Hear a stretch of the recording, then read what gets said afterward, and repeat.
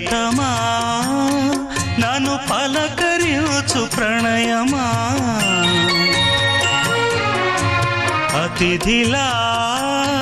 నన్ను చేరుకున్న హృదయమా